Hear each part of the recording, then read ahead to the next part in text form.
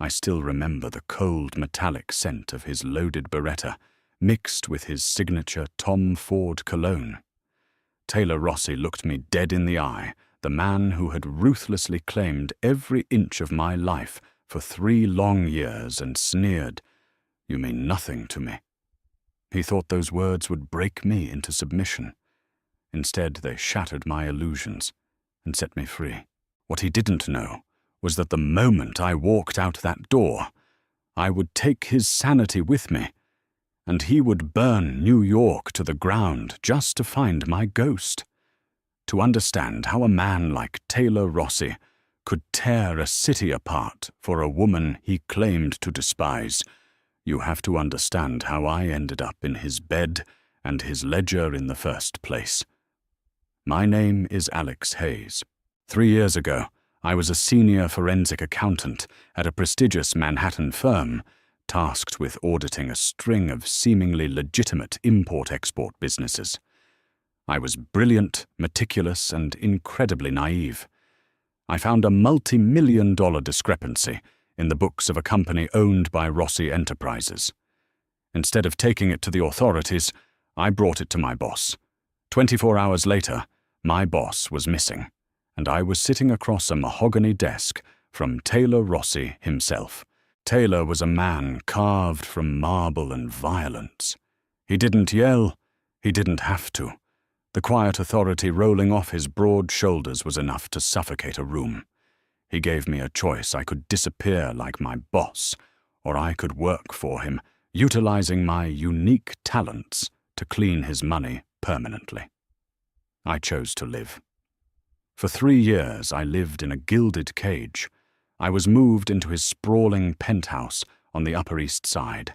I was given limitless credit cards, designer wardrobes, and an army of guards led by his fiercely loyal right-hand man, Vincent Gallo. But I was a prisoner, and the cruelest part of my captivity was that over those 3 years, the lines began to blur. Late-night strategy sessions over whiskey turned into stolen touches. Threats turned into possessive, suffocating embraces. Taylor claimed my body with the same ruthless efficiency he used to claim his territories, but he guarded his heart behind an impenetrable wall of ice. I fooled myself into believing I saw cracks in that ice. I thought the way he held me when he was wounded, or the way he once nearly beat a rival boss to death just for looking at me too long, meant something. I thought I was more than just a convenient asset and a warm body. The delusion ended on a rainy Tuesday in November. It was the night of the annual Syndicate Gala, a high society front where the worst criminals in the city wore tuxedos and shook hands with politicians. Taylor had been distant all week, locked in his study, dealing with whispers of a coup from the rival Moretti family. That night, an Italian heiress named Isabella Costa, a woman from a powerful Mafia bloodline, and a woman Taylor had once been betrothed to, made a surprise appearance. I watched from the shadows of the ballroom as Taylor greeted her. There was a familiarity there, a shared history of blood and power that I, a civilian accountant, could never touch. Later that evening, unable to bear the whispers of the other Mafia wives, who looked at me like a disposable plaything, I cornered Taylor in his private study. "What are we, Taylor?" My voice trembled, despite my desperate attempt to keep it steady. "Isabella is parading around out there, like she owns you. The whispers, they say you're going to marry her to secure the ports." Taylor didn't look up from his tumbler of scotch. He was standing by the floor-to-ceiling windows, the city lights reflecting in his dark, predatory eyes. "You are questioning me, Alex?" he asked, his voice a low, dangerous rumble. "I'm asking where I stand." I snapped, stepping closer. "I've given you 3 years. I've cleaned your ledgers. I've kept you out of federal prison. I've shared your bed. I love you, Taylor." The words hung in the air, heavy and pathetic. Taylor slowly turned around. His face was an emotionless mask, wiped clean of any of the midnight tenderness I thought I had earned. He walked slowly toward me, his imposing frame casting a long shadow that swallowed me whole. He stopped mere inches away, reached out and let his knuckles graze my cheek. The touch was ice cold. Love, he murmured the word sounding like a curse on his tongue. A liability. A weakness I cannot afford, and a fantasy you cannot afford. Taylor, please. His hand dropped, and his eyes hardened into obsidian stones. Let us be entirely clear, Alex, so we never have this tiresome conversation again. You are here because you are useful. You are in my bed because you are convenient. If you think there is anything more to this arrangement, you are a fool. Isabella brings power. You bring a calculator. You mean nothing to me. The sneer on his lips was the final twist of the knife. It didn't just break my heart, it cauterized it. In that split second, the terrified captive died, and a survivor was born. Understood, I whispered, my voice completely devoid of emotion. I turned and walked out of the study. I didn't cry. You don't cry when you realize you're standing in a burning house. You find the exit. When a man like Taylor Rossi controls your life, you don't just pack a suitcase and call an Uber. Every driver, every doorman, every camera in the city reports to him. To leave him meant I had to die, figuratively speaking. I had to become a ghost. What Taylor failed to realize when he reduced me to a mere calculator was that the person who controls the numbers controls the empire. For 2 years I had been preparing for a rainy day. I was terrified of the FBI, of rival families of Taylor himself. So I had slowly, meticulously skimmed the unskimmable. I routed fractions of pennies from millions of illicit transactions through a labyrinth of shell companies in the Cayman Islands, routing them eventually into an untraceable offshore trust. I had the funds. Now I needed the exit. I waited 3 weeks after the gala. I played the part of the chastised, obedient pet perfectly. I didn't bring up Isabella. I didn't ask questions. I did my work. I smiled at his business dinners, and I lay perfectly still in his bed, staring at the ceiling while he slept, counting down the hours. My opportunity came when Taylor had to fly to Miami to meet with a Colombian cartel supplier. He would be gone for exactly 48 hours. Vincent Gallo, his terrifying shadow, stayed behind to keep an eye on operations, and on me. The night Taylor's private jet took off, I put my plan into motion. I had previously bribed a mid-level enforcer who had a gambling problem, a man named Ricky, to secure a burner phone, and a meeting with a legendary underground forger known only as Elias Fletcher. Elias charged me a small fortune, but he provided me with a flawless new identity, Chloe Jenkins, a new passport, a new driver's license, a new social security number, all completely backstopped. At 2 a.m. on a freezing Tuesday, the penthouse was quiet. Vincent and the guards were stationed in the lobby and the hallway outside my door, relying on the state-of-the-art biometric security system to keep me locked inside. But I was the one who paid the security firm's invoices. I knew the backdoor codes to the system. I left the custom-made designer dresses in the closet. I left the Birkin bags. I walked over to the vanity and removed the 3-carat diamond necklace Taylor had given me for my birthday. I laid it on top of a printed financial ledger. Across the top of the ledger, I wrote 3 words in red ink: I mean nothing. I wore plain black leggings, a dark hoodie, and comfortable running shoes. I bypassed the retinal scanner on the private service elevator, using an administrative override code I had memorized 6 months ago. The elevator descended directly into the subterranean maintenance tunnels of the building, a route used exclusively by the building's sanitation crew. My heart hammered against my ribs like a trapped bird as I navigated the damp concrete corridors. Every shadow looked like one of Taylor's soldiers. Every dripping pipe sounded like a footstep. I emerged 3 blocks away through a steam vent grate in a dark alley. I didn't hail a cab. I walked 12 blocks in the freezing rain to a 24-hour diner, went into the bathroom, cut off my long blonde hair with a pair of shears I'd brought with me, and dyed it a harsh, unyielding black. I put in brown contact lenses, altering the striking blue eyes Taylor had once claimed to be obsessed with.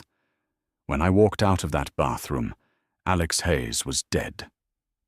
I took the subway to Port Authority, bought a bus ticket to Philadelphia under a fake name using cash, and then immediately walked out the back entrance and hired a private, unlicensed courier service to drive me to a small airstrip in New Jersey.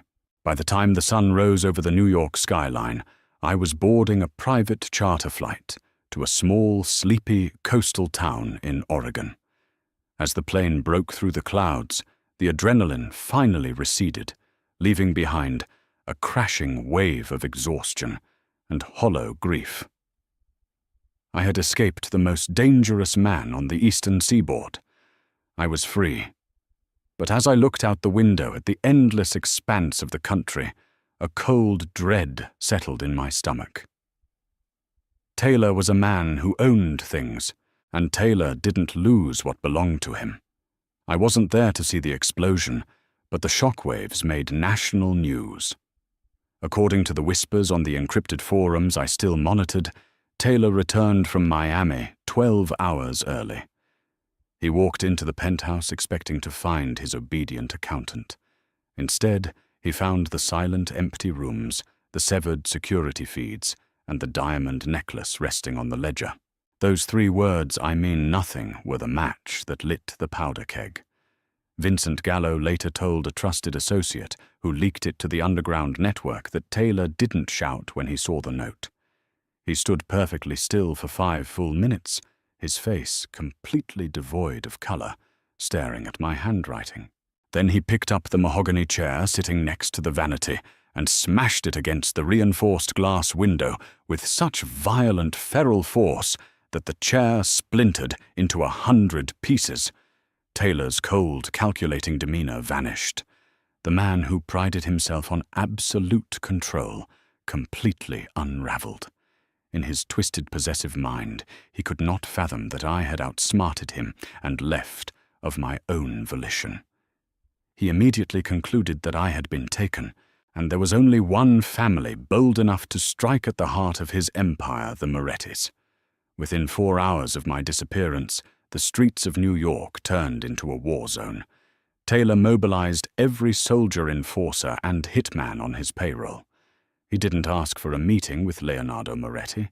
He didn't send an emissary. At 9 p.m. that night, 3 black SUVs pulled up to the Moretti family's most lucrative underground casino in Brooklyn. Taylor's men didn't wear masks. They walked in with automatic weapons and leveled the place, burning it to the ground. Taylor himself kicked in the door of Leonardo Moretti's private estate the following night.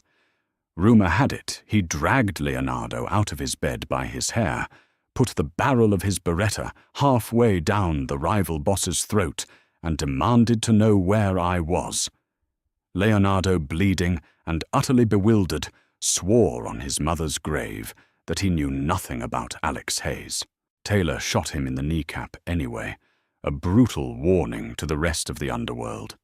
The city was paralyzed by the sudden, explosive violence. The mayor was screaming at the police commissioner, the FBI was scrambling to mobilize task forces, and the civilian population was terrified by the bodies of Mafia foot soldiers turning up in the East River. The fragile peace treaty that had governed the 5 boroughs for a decade was shredded in less than 48 hours. Taylor was interrogating anyone who had ever looked at me. He hunted down the mid-level enforcer, Ricky, who had bought my burner phone. When Taylor found out Ricky had helped me, he didn't just kill him. He made an agonizing, drawn-out, public spectacle of him in a warehouse in Queens, ensuring every man in his syndicate heard Ricky's screams. He hired the best private military contractors, the most ruthless hackers, and the most connected fixers in the country. He put a $10 million bounty on my head, alive and unharmed. Unharmed. That was the strict condition. If a single hair on my head was out of place, the person who brought me in would die a slow death. 3,000 miles away, in a tiny coastal town in Oregon, I sat in a modest, rain-battered rental cottage, sipping cheap coffee and watching the news on a small CRT television. The headline scrolling across the bottom of CNN read, "Unprecedented mob violence rocks. NYC dozens dead in suspected gang war." My hands trembled violently, rattling the coffee mug against the saucer. He was tearing the city apart. The man who looked at me like I was a stain on his shoe, the man who told me I was nothing but a convenient asset, was burning his own empire to the ground just to find me. It wasn't love. I knew that. It was possession. It was ego. I was the one thing he couldn't control, the one variable in his ledger he couldn't balance. As I watched footage of a burning warehouse, a warehouse I knew belonged to the Morettis, my burner phone buzzed on the table. It was a secure encrypted message from Elias Fletcher, the forger. Message they traced the New Jersey flight. "He knows you went west. Move now." My blood ran cold. I had a 4-day head start, and Taylor was already closing the gap. I grabbed my pre-packed duffel bag, threw the burner phone into the burning fireplace, and walked out into the pouring Oregon rain. The game of hide-and-seek had just begun, and the devil himself was it. The Oregon rain battered the windshield of the rusted 1998 Honda Civic I had purchased with $3,000 in crumpled $100 bills from a mechanic in Medford. The heater barely worked, blowing lukewarm, stale air that smelled faintly of cheap tobacco and damp dog, but I couldn't bring myself to care. My knuckles were bone white as I gripped the steering wheel, my eyes darting obsessively between the slick, winding asphalt of Interstate 5 and the rear-view mirror. Every pair of headlights that lingered too long behind me sent a fresh spike of adrenaline straight into my heart. Taylor Rossi was not just a mafia boss. He was an institution. He had resources that rivaled small nations. I knew for a fact he retained former CIA operatives through private intelligence firms like Praetorian Solutions, utilizing military-grade tracking software, including Palantir databases and Pegasus spyware to monitor cellular networks. That was why my burner phone was currently at the bottom of the Willamette River, and why I was navigating solely by a tattered Rand McNally road atlas, illuminated by the dim, flickering dome light of the Civic. I was officially a ghost, but ghosts don't leave trails of aviation fuel. Elias Fletcher's warning echoed in my skull. They traced the New Jersey flight. Taylor's men were already in the Pacific Northwest, tearing through flight manifests and bribing fixed-base operators. I had to move east into the sprawling, empty expanse of the American West, where cameras were sparse, and a woman with black hair and a fake ID could vanish into the dust. For 3 days, I drove like a machine, fueled by sheer terror and gas station caffeine. I slept in 2-hour increments in the back seat, parked behind abandoned strip malls or wedged between massive 18-wheelers at desolate truck stops in Nevada. My diet consisted of stale protein bars and lukewarm water. Every time I closed my eyes, I saw Taylor's face, not the sneering, cold mask he had worn in his study, but the feral, unhinged predator the underground chatter had described. He was burning New York to find me. The guilt of the collateral damage the foot soldiers, the rival casino workers, the innocent bystanders caught in the crossfire of his vendetta gnawed at my conscience, but survival instinct drowned it out. If he caught me, I wouldn't just be killed. I would be caged, broken, and stripped of the very soul I had just reclaimed. By the time I reached a dilapidated roadside motel on the outskirts of Reno, Nevada, exhaustion was causing visual hallucinations. The neon sign buzzed like a dying hornet, missing half its letters. I paid for 3 nights in cash under the name Sarah Miller, keeping my head down and my dark hair pulled tightly beneath a plain baseball cap. The room smelled of bleach and desperation, but it had a deadbolt, a chain, and a window that opened to an alleyway. I collapsed onto the sagging mattress, intending to sleep for 12 hours. But my brain, wired by 3 years of surviving Taylor's world, refused to shut down. I lay there staring at the water stains on the ceiling, the silence of the room deafening. Running wasn't going to be enough. Taylor had an army, unlimited funds, and a burning, obsessive pride. He would comb the earth until he found me. Hiding was just delaying the inevitable. If I wanted to truly survive, I had to do the one thing no one had ever dared to do to the Rossi family. I had to strike back. I had to cripple the beast so profoundly that it could no longer hunt. I pulled a heavily encrypted military-grade laptop from my duffel bag, a piece of hardware I had smuggled out of Rossi Enterprises months ago in preparation for my escape. I booted it up, routing my connection through a complex chain of VPNs and proxy servers bouncing from Iceland to Switzerland to Singapore. I knew Taylor's empire better than he did. He knew the blood, the bullets, and the street-level economics. I knew the algorithms. I knew the shell companies registered in Delaware, the offshore trusts in the Cayman Islands, and the numbered accounts at Credit Suisse that washed his heroin money into legitimate real estate capital. My fingers flew across the keyboard, muscle memory taking over. I logged into the primary administrative portal of his holding company. I didn't just steal money. I had already secured my own retirement. This was about sabotage. I started by quietly freezing the operating accounts of 3 of his largest legitimate fronts, a massive shipping logistics firm in Brooklyn, a chain of boutique hotels in Manhattan, and a waste management monopoly in New Jersey.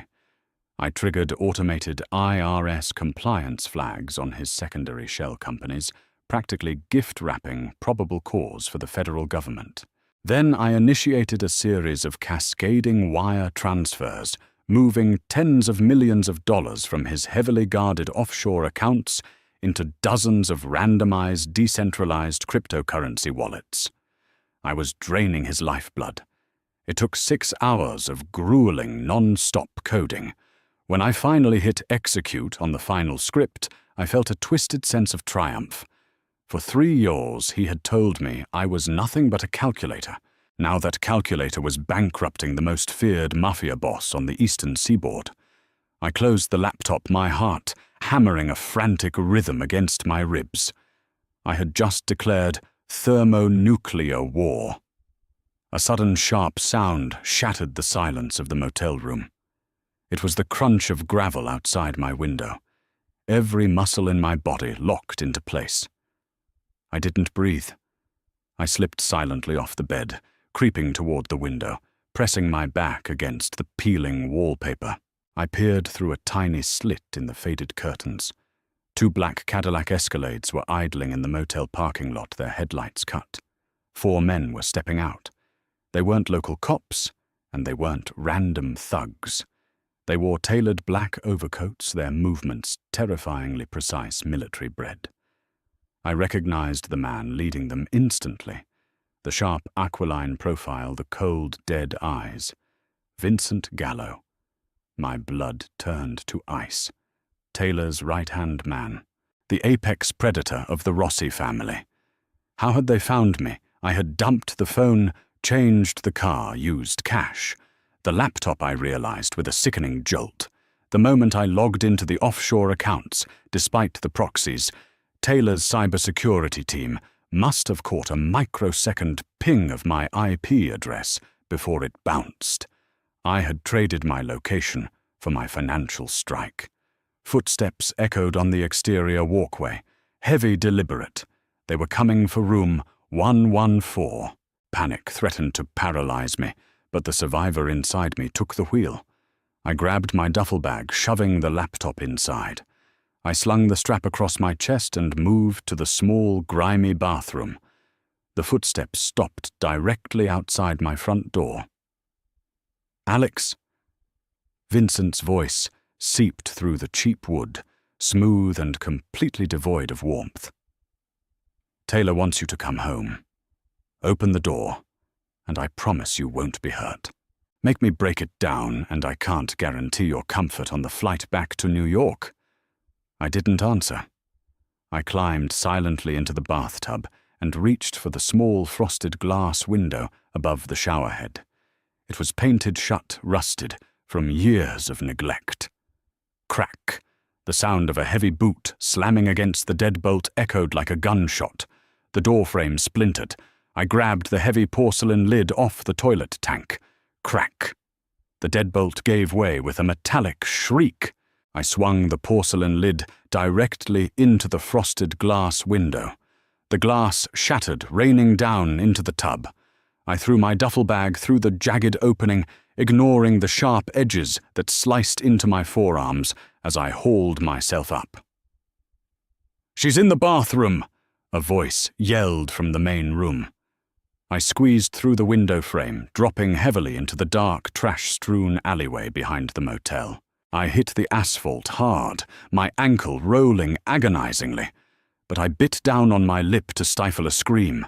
I grabbed my bag and ran limping frantically into the freezing Nevada night, disappearing into the shadows just as the bathroom door inside was kicked off its hinges. The ghost had survived, but the hunter was closing in. I didn't stop running until I reached Chicago. I abandoned the Honda Civic at a Greyhound station in Reno, boarded a bus to Salt Lake City, stole a license plate off a parked truck to put on a cash-bought used Ford Taurus, and drove continuously until the towering, wind-battered skyline of Chicago rose from the flat Midwestern plains. I needed a dense urban environment, a concrete jungle where millions of data points collided every second, providing the perfect digital camouflage. I rented a cash-only loft in the gritty industrial sector of the West Loop, operating under the name Emily Vance. The loft was sparse, exposed, brick, drafty windows, and absolutely no furniture, save for a folding table and a cheap mattress on the floor. It was a far cry from the opulent silk sheets and panoramic views of Taylor's Manhattan penthouse, but it was the most beautiful place I had ever seen, because it belonged solely to me. My near-death experience in Reno had fundamentally shifted the dynamic of this war. Taylor wasn't just relying on brute force, he had weaponized his intelligence network, but I had wounded him. The financial viruses I had planted in Nevada were now fully gestating within the Rossi Enterprises mainframe. I spent the next 48 hours building my command center. I purchased 3 high-powered laptops from different electronics stores across the city, paying in cash and wearing a medical mask to obscure my face from CCTV cameras. I rigged them together, creating a localized, heavily encrypted network that utilized Tor routing protocols and decentralized proxy chaining. I tapped back into the underground chatter to gauge the damage. The dark web forums were burning with rumors. Rossi Enterprises was hemorrhaging capital. The federal government, tipped off by the IRS compliance flags I had triggered, had raided the New Jersey waste management front. Taylor's Colombian suppliers were threatening to sever ties because millions of dollars in payments had vanished into the ether of the blockchain. Taylor was bleeding, and the sharks were circling. The Moretti family, still recovering from Taylor's unhinged assault, were beginning to push back, sensing weakness in the once impenetrable armor of the Rossi syndicate. But Taylor's reaction to the financial devastation was not what I expected. According to an intercepted encrypted memo from a high-ranking lieutenant, Taylor had not flown into another blind rage when he realized I was systematically dismantling his empire. Instead, a terrifying silent calm had washed over him. He had called off the street-level warfare in New York. He recalled his foot soldiers. He realized I was not a terrified girl running blindly into the dark. I was a sovereign threat. For 3 years he had underestimated me, treating me like a decorative accessory that happened to know Excel. Now he was experiencing the full devastating force of my intellect. The chatter suggested his fury had mutated into something far more dangerous, a twisted obsessive reverence. He no longer just wanted to possess me. He wanted to conquer the woman who was currently beating him at his own game. I sat in the freezing Chicago loft, wrapped in a thick wool blanket, watching lines of code scroll across my monitors. I was preparing the final blow. I called it the guillotine protocol. I had spent my captivity mapping the intricate, deeply hidden trust funds Taylor kept for his inner circle, the untraceable retirement accounts for his capos, his enforcers, and Vincent Gallo. It was the money that bought their absolute loyalty. If I wiped those accounts, Taylor wouldn't just lose money. He would lose his army. A mob boss without loyal soldiers is a dead man walking. I had my finger hovering over the execute button when a secure encrypted email bypassed my firewall and popped up on my center screen. My breath hitched. The subject line was empty. The sender address was a randomly generated string of alphanumeric characters. I opened it. There was a single high-resolution image attached. My blood froze in my veins, a sickening wave of nausea crashing over me. The image was of Elias Fletcher, the legendary forger who had created my new identity. He was tied to a steel chair in what looked like an abandoned warehouse. He was beaten beyond recognition, his face a swollen, bloody mask. Standing behind him, looking directly into the camera lens with dead, soulless eyes, was Vincent Gallo. Below the image was a single line of text he held out longer than most. But everyone breaks. See you soon, Alex. I pushed my chair back so violently it crashed to the floor. I stumbled backward, pressing my hands over my mouth to stifle a sob. Elias was dead. And because Elias had built my identity, Vincent knew everything. He knew about Chloe Jenkins. He knew about the passports. He knew the aliases. The proximity alarm on my secondary laptop began to shriek a high-pitched, piercing wail that echoed off the brick walls of the loft. I rushed to the screen. My customized intrusion detection software was flagging a massive spike in cellular triangulation in my immediate vicinity. They weren't just pinging my IP address. They had deployed a Stingray device, a fake cell tower simulator, used by the FBI and high-tier military contractors to sweep the entire West Loop grid, locking onto the unique IMEI signature of my encrypted modem. They were here, in Chicago, within a 3-mile radius. The sheer suffocating weight of Taylor Rossi's power pressed down on me, crushing the air from my lungs.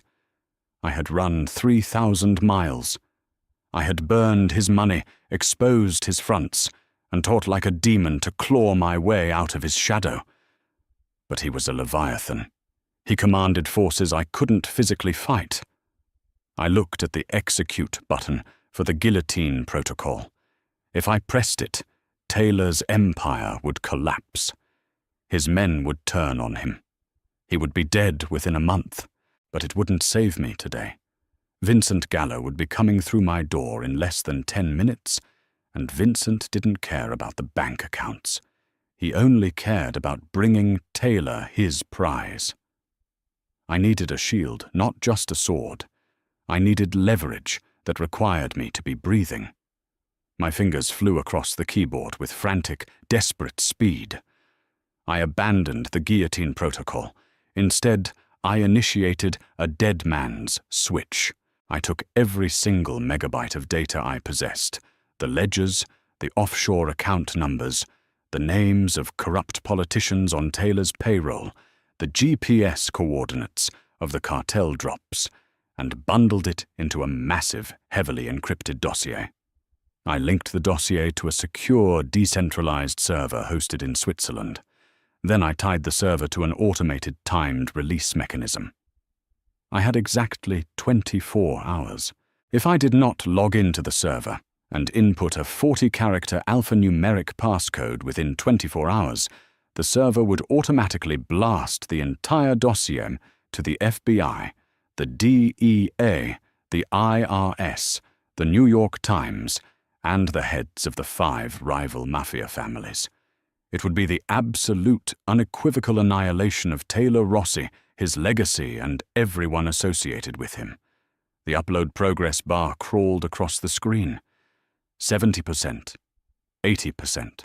Outside, the distant, ominous wail of a siren pierced the Chicago night, followed by the unmistakable squeal of tires on wet pavement just a block away. 90%. 95%. I heard the heavy steel door at the ground floor of the loft building groan in protest as it was violently wrenched open. The rhythmic, terrifying thud of heavy boots began to echo up the industrial stairwell. 99%. 100%. Upload complete. Timer initiated. 23:59:59. I exhaled a shaky breath, the adrenaline giving way to a strange, icy calm. I disconnected the laptops, pulled the hard drives, and smashed them repeatedly with a hammer until they were nothing but jagged shards of metal and silicon. I tossed the debris out the window into the alley below. I didn't run this time. There was nowhere left to run. I walked to the center of the empty loft, smoothed down the front of my black sweater, and stood perfectly still, my chin held high. I was no longer the terrified captive in the penthouse. I was the architect of Taylor Rossi's destruction, and I held the detonator in my mind. The heavy wooden door of my loft exploded inward in a shower of splinters and torn hinges.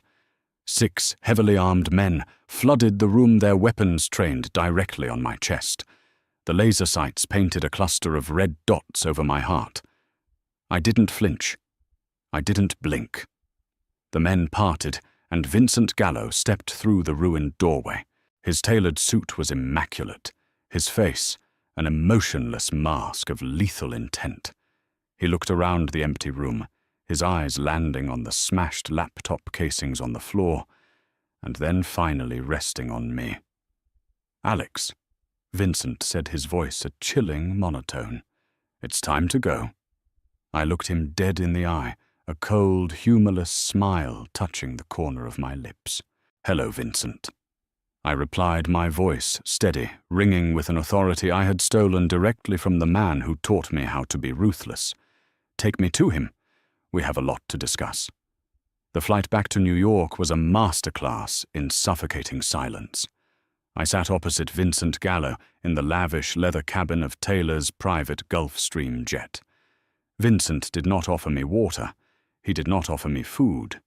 He simply sat like a statuesque gargoyle, his dark eyes tracking my every breath. Before, under Taylor's roof, Vincent's gaze had always been one of thinly veiled contempt, the way a wolf looks at a sheep that has somehow managed to wander into the den. Now, however, the contempt was entirely gone, replaced by a cold, clinical wariness. He was no longer looking at a pet. He was looking at a live grenade with the pin pulled out. My wrists were not bound. I was not blindfolded. I didn't need to be. The invisible chains of Taylor Rossi's staggering power were meant to be enough to keep me tethered to my seat. I spent the 2-hour flight staring out the reinforced acrylic window, watching the sprawling tapestry of the American Midwest give way to the jagged, imposing coastline of the eastern seaboard. I was flying directly back into the mouth of the beast, but my heartbeat was astonishingly slow, rhythmic, and perfectly calm. We landed at a private airstrip on Long Island, under the cloak of a brutal, unforgiving thunderstorm. Rain lashed against the tarmac in angry diagonal sheets. A convoy of 3 armored SUVs was waiting, their engines rumbling in low, predatory growls. The drive to the Rossi family's heavily fortified waterfront compound took 45 minutes. Every inch of the property was designed to scream insurmountable wealth and untouchable dominance. 10-foot iron gates swung open, revealing a sprawling Gothic revival mansion constructed from imported black stone. Armed guards patrolled the perimeter with suppressed assault rifles strapped across their tactical vests. As I stepped out of the vehicle and into the pouring rain, the heavily armed men paused. They looked at me, their expressions a mixture of confusion and deep-seated apprehension. They knew exactly what I had done. They knew I had single-handedly crippled their invincible boss, frozen their offshore accounts, and drawn the blistering heat of the federal government down upon their operations. I walked through the towering oak double doors of the mansion with my spine ramrod straight. I was wearing the same damp black sweater and jeans I had been wearing in Chicago, shivering slightly from the freezing rain, yet I felt 10 feet tall. Vincent led me through the cavernous, dimly lit hallways, our footsteps echoing against the marble floors like the ticking of a grandfather clock. We stopped in front of the massive mahogany doors leading to Taylor's primary study, the exact same room where he had shattered my heart and inadvertently forged my armor 3 weeks ago. Vincent did not knock. He simply turned the brass handle and pushed the doors open, stepping aside to let me enter. He didn't follow me in. The heavy doors clicked shut behind me, sealing me inside the lion's den. The study looked like a literal war zone. The antique furniture was violently overturned. The floor-to-ceiling bookshelves had been completely decimated, countless leather-bound volumes scattered across the Persian rug like fallen soldiers. The crystal decanters on the wet bar were shattered, staining the wood with the pungent aroma of expensive scotch. And standing by the massive window, silhouetted against the flash of lightning, illuminating the turbulent Atlantic Ocean outside, was Taylor Rossi. He was utterly unrecognizable from the meticulously groomed, unflappable mob boss I had known. He was not wearing a bespoke Tom Ford suit. He wore a rumpled dress shirt, unbuttoned at the collar, the sleeves rolled up to reveal the dark, sprawling ink of his syndicate tattoos. His hair was disheveled, his jaw coated in a thick, dark layer of unkempt stubble. But it was his eyes that truly terrified and captivated me. They were bloodshot, sunken, and burning with a frantic, unhinged fever. When he slowly turned around to face me, the air in the room felt suddenly thick enough to drown in. For a long, agonizing moment, neither of us spoke. The silence stretched until it felt like a physical weight pressing down on my shoulders. "You painted my city in blood," Taylor finally rasped, his voice a jagged, guttural ruin. He took a slow, deliberate step toward me, moving with the heavy, unpredictable grace of a wounded predator. "You burned my casinos. You exposed my ports. You stripped $20 million from my Colombian accounts and paralyzed my entire eastern seaboard operation. For 3 weeks I have not slept. For 3 weeks I have butchered my way through the 5 boroughs, tearing down everything I built just to find you. I warned you." I replied, my voice remarkably steady, devoid of the trembling weakness that used to define me in his presence. "I left a note, Taylor. I told you exactly what I was. I meant nothing to you. And nothing is precisely what I gave you." He closed the distance between us in 3 massive, violent strides, stopping inches from my face. I could feel the heat radiating off his body, smelling the intoxicating mixture of rain, stale whiskey, and pure, unfiltered rage. He raised his hand, and for a split second, a ghost of the old Alex expected him to strike me. Instead, His large, calloused fingers reached up and gently, almost reverently traced the line of my jaw. It was the same gesture he had used the night he broke me, but the context had drastically shifted. The silence in the room stretched into a suffocating eternity, heavy with the ghosts of what we used to be. Taylor stared at me, his chest rising and falling in sharp, jagged rhythms. This was a man who had never been denied a sovereign ruler of a criminal underworld who tore down entire neighborhoods just to find a woman he claimed meant nothing to his life. Now that same woman was standing before him, not as a trembling captive, but as the architect of his absolute ruin. The sheer audacity of my presence seemed to fracture his remaining sanity completely. "You are a masterpiece," Taylor whispered, the venom in his voice entirely replaced by a dark, twisted awe. "I thought you were a pet. I thought you were a delicate little bird meant to sit in my cage and balance my books. I had no idea you were a dragon hiding in human skin. You did what the FBI, the Moretti family, and the Russian syndicates couldn't do in a decade.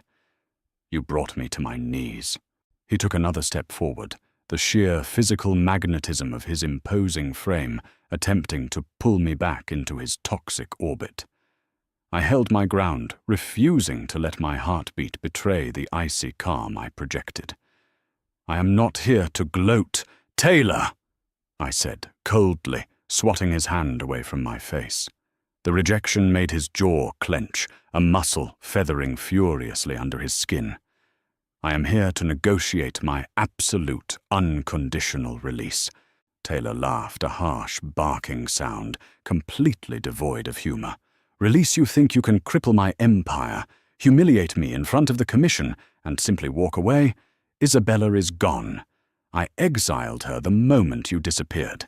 The marriage is off right now, forever." He stepped closer, his bloodshot eyes burning with unholy obsession. "The ports belong to me now by force. You proved you are the only woman worthy of standing at my side. You are not leaving Alex. You are going to stay here, and we are going to rebuild this empire together. You are going to be my queen." The sheer arrogance of his proposition was breathtaking. He truly believed his power could bridge the chasm he had carved into my soul. I looked at him with profound pity, realizing the man was entirely detached from his new grim reality today. "I think you misunderstand the current balance of power in this room," I stated flatly, taking a deliberate step back to establish a physical boundary. Before Vincent kicked in my door in Chicago, I initiated a decentralized automated fail-safe protocol on a secure Swiss server. It contains the comprehensive unredacted ledgers of every illegal transaction Rossi Enterprises has executed over the last 10 years. It contains the GPS coordinates of your heroin refineries, the offshore routing numbers for your political bribes, and the true identities of every corrupt judge on your massive payroll. His expression instantly froze into terror. The obsessive fever in his eyes was rapidly extinguished by a sudden, chilling realization of extreme tactical vulnerability. "It is set on a full-day countdown timer," I continued, my voice echoing with lethal precision. "If I do not physically log into a highly secure, randomized portal and enter a long, secure, alphanumeric passcode, a passcode that only exists inside my head, that server will automatically distribute the entire dossier to the federal government and every rival syndicate in North America. You will spend the rest of your natural life in a federal prison, provided the Moretti soldiers miss you." Taylor stared at me, his chest heaving, as the horrifying reality of the trap closed its jaws around his throat. "If you lock me up, the timer runs out. If you torture me, the timer runs out. If you kill me, you kill yourself." I had not just put a gun to his head. I had strapped a bomb to his chest and swallowed the detonator. The untouchable Mafia boss had been comprehensively checkmated by the accountant he discarded. "What do you want?" he asked, the words forced out of his mouth like shattered glass from a broken, heavy window. It was the first time in his entire brutal life he had ever truly surrendered. I want complete, unmitigated freedom. I demanded, my voice ringing with absolute finality. I want $50 million in untraceable bearer bonds transferred into a secure briefcase within the next hour. I want your private jet fueled and prepped to fly me to Zurich, Switzerland.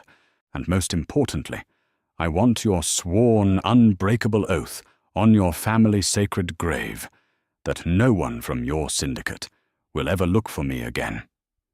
If I see a single shadow following me, I will unleash the hidden dossier. If I suspect for a fraction of a second that you have broken our truce, I will unleash the dossier from wherever I am hiding, and I will burn you to ashes. Taylor looked at me, a profound mixture of devastating loss and undeniable respect etched into his haggard features. He knew I was not bluffing. The girl who loved him was dead. The woman standing before him was a survivor who had learned exactly how to be ruthless from the absolute best. He walked over to his massive desk, heavily pulled open the bottom drawer, and paused quietly there. He retrieved a massive titanium-reinforced briefcase. He slammed it onto the mahogany surface and spun the combination locks, flipping it open to reveal neat, stacked rows of million-dollar bearer bonds. He had kept them as his ultimate emergency contingency. Now they were the price of his survival. He snapped the briefcase shut and slid it across the polished wood toward me. The sound echoed in the cavernous, destroyed room like a gavel slamming down on a block. It was the final verdict on our disastrous explosive history. "Take it," Taylor rasped, his voice trembling with heavy, undeniable emotion. "Take it and go. You have my word. I will never hunt you again. But know this, Alex. You can run to the ends of the earth. You can build an empire of your own, but you will never find another man who recognizes the true darkness inside of you the way I do." I looked at him, feeling the absolute truth of his words settle into my bones. "I am counting on it," I replied coldly. I picked up the heavy briefcase, the immense weight of it anchoring me to my new reality in this very strange, dark world. I did not offer him a final, lingering look of sorrow today. I simply turned on my heel and walked toward the massive mahogany doors. I pulled them open, stepping past Vincent Gallo, who looked at the briefcase in my hand and wisely stepped aside into the shadows. I walked out of the lion den, out of the fortified compound, and into the waiting armored vehicle that would take me to my jet. The rain had finally stopped giving way to a cold, clear night. I entered his world as a captive, but I left as a victorious living conqueror. Did Alex's ruthless escape and ultimate victory over Taylor leave you completely speechless? If you loved this intense, high-stakes Mafia romance drama, make sure to hit that like button and share this video with your fellow story lovers. We drop thrilling, heart-pounding stories just like this every single week, filled with dangerous twists, cunning betrayals, and truly unforgettable characters. Do not miss out on the next explosive chapter. Subscribe to our channel right now and turn on the notification bell so you never miss a moment of the action. Drop a comment below, telling us your absolute favorite part today.